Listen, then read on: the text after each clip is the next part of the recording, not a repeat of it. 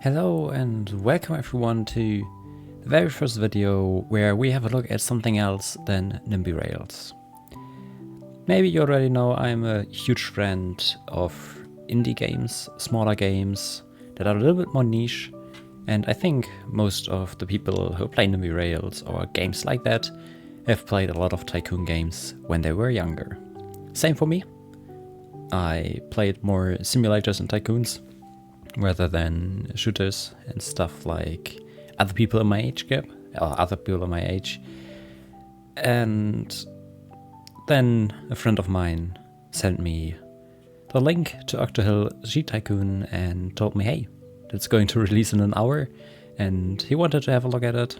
And I checked it out in his Steam store and thought, it reminds me a little bit of the old times when I went to southern Germany, Bavaria, and went skiing there. So this could be the perfect game for me, and we will just start a new game and find it out. It is highly recommended to play the tutorial if you play for the first time. I am playing for the first time, so let's jump into the tutorial. So the font is not too hard to read,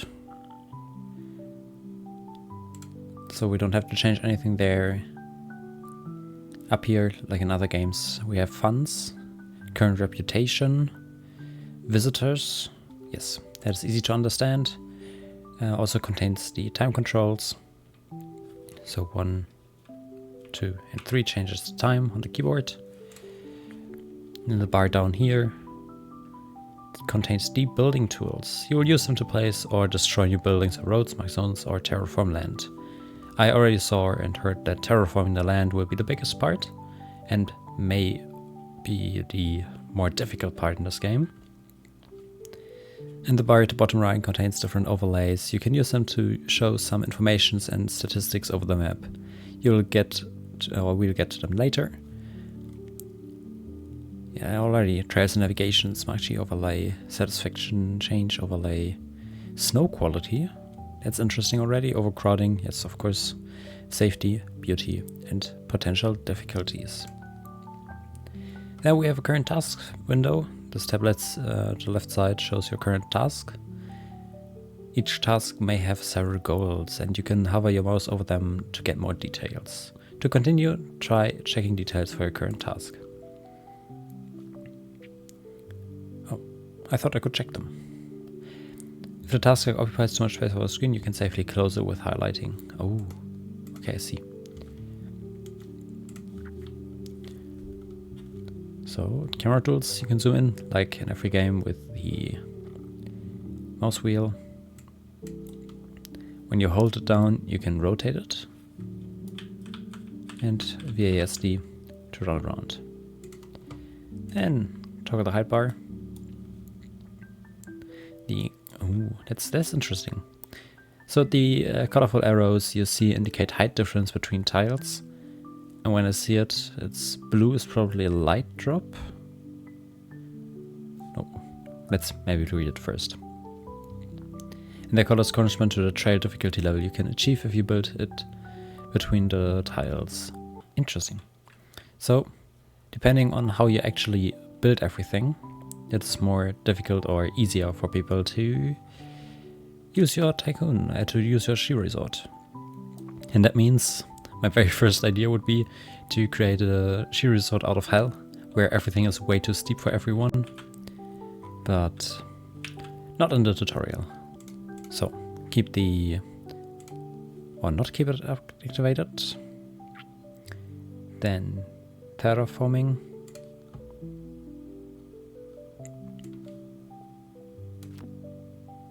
And now it's flat. Okay, blue is flat. Red is probably a very high drop. And green is a medium one. And blue is super easy. Okay. Wait, is it actually... Yes. Most tools overlay and powers can be cancelled with the right mouse key. Now we're finally ready to start building, and we'll start with a warehouse. Warehouse is where the construction resources are stored. Most buildings require flat land underneath and some valid connections. The connections are shown as arrows with icons during construction. Warehouse should be connected to public roads for trucks to be able to park there. Place one in highlighted area and rotate it so the arrow with car overlaps with existing road. Okay, so when we go to... there's a warehouse. Then with the car that overlaps with the road. So we'll place it here. And immediately the trucks are coming in. Two from the left, one from the right. And then our task is to wait until it's built. So let me speed up the game a little bit. It looks very interesting with the small tiles. Tools such as roads and zones can be dragged to ensure continuous connections between them. Let's try building a short road branch. So, if I do that, visitors can arrive by either public or private transport. In this tutorial we'll use buses, so we're used to building buses. So, let's check it out. Here, public services. There's a bus stop. And then I'll just place it in like this. You might have noticed red arrows with shear icons on them. Those are connections for shearing the zone, which you need to mark. It can be done same way as rope, but can only be flat or go down. Shears can never go up and pedestrians can only walk on completely level areas. Alrighty, so let's do this. And then, yeah, the flat marked areas can be used by pedestrians and shears alike to move between different buildings connected to the same area. Let's build a few of those. A ticket office and a rental shop. That's also two things I have seen from the inside when I was a bit younger. So let's do it relatively fast. The ticket office, so that the people can actually get tickets, and we have a rental shop, which I'll place there. Now everything is in place to start making trails. If it's done with the same groomed zone tool... oh, okay. When you drag it over the cliffs, then they automatically become slopes facing the dragging direction. The slope difficulty will be the same as the potential arrow color in the overlay tool. The trail difficulty is determined by the steepest slope of the trail. So if you have a totally flat trail and one extremely steep part, then that's enough. So we move it down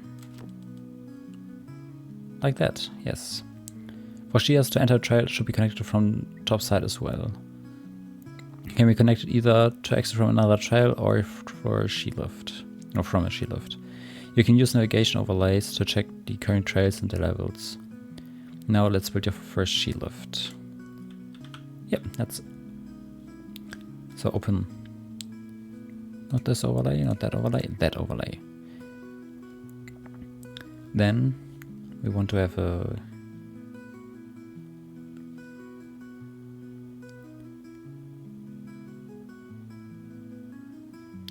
yeah, let's go with a medium one. And then from there,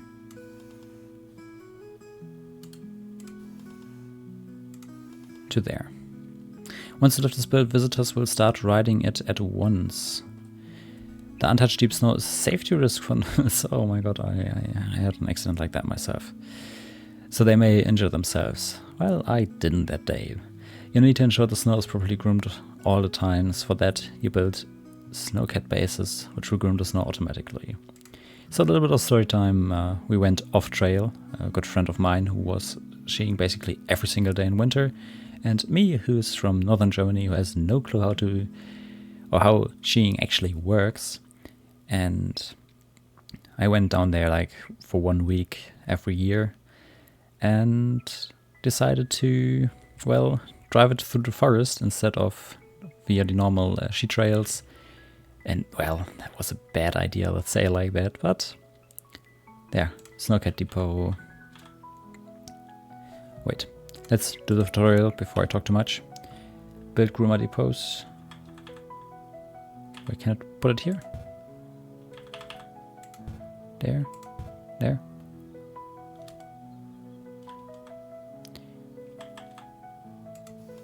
Oh, like that, okay. And then it should groom the trail. Yeah, so if this is the sheep trail that we were following, we basically went out into a forest, had a bit of fun there, and then tried to connect back to the official ski area. And I lost one of my ski in the deep snow. And, well, it was a slight accident, but deep snow is dangerous. So I like to see that in the game as well, that it actually is at least a little bit realistic. Let's click on any visitor and check enclose visitor tab. Okay, so if I... Wait. Okay, you are a visitor. Visitor skill and preferences in color by trail level. Visitors will be bored if slope is not what they prefer and will be scared if it's more than what they can handle. Oh, that's fairly... No, and that's the skill. No, skill in gray and preference in color. Okay. And the green is maybe what we offer. You might have noticed the visitors have hunger. Let's build them a place to eat. We can do that. Some of them are also scared. It's because we only have blue trails, which might be too difficult for them. They will still go for it and likely fail. Let's build a sheep patrol to rescue them.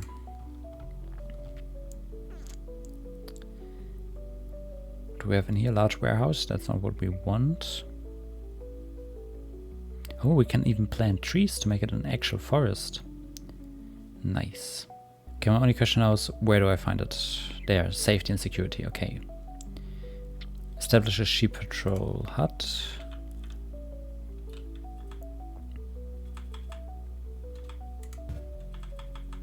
Okay, I'm supposed to...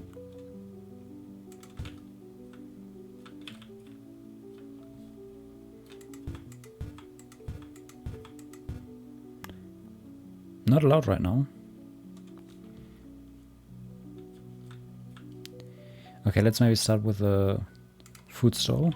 Oh, it's because they want to eat up there.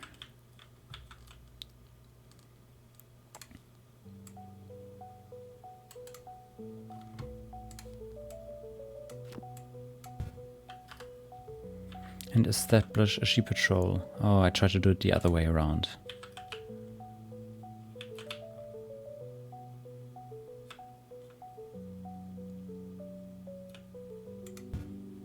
Okay, where does it want to place these? Wait, I could.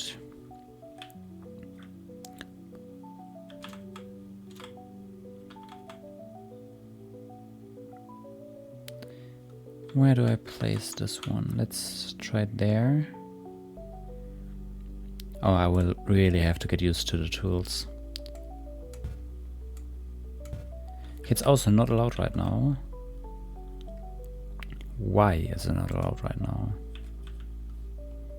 Okay, where am I supposed to place it? Here? Okay.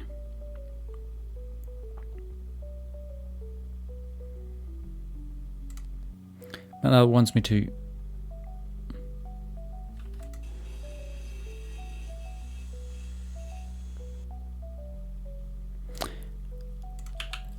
Why? I don't understand. Okay, so let's do the slope first.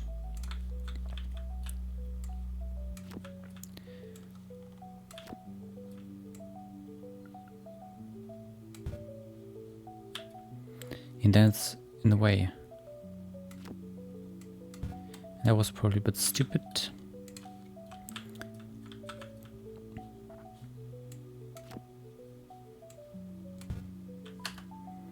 And this is in the way.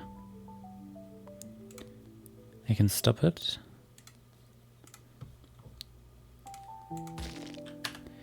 Okay, let's bulldoze it. Anyway.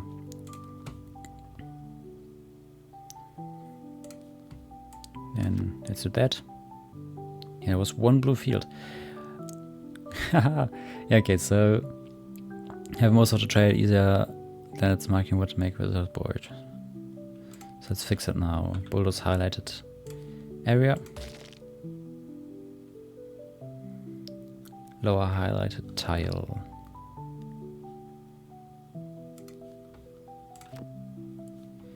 mark it back again. When I now check out the overlay, it's green. So it's not blue like this one, it's green. Why could that mean that if I go and bulldoze? No, I'm not allowed to bulldoze it in the tutorial, okay.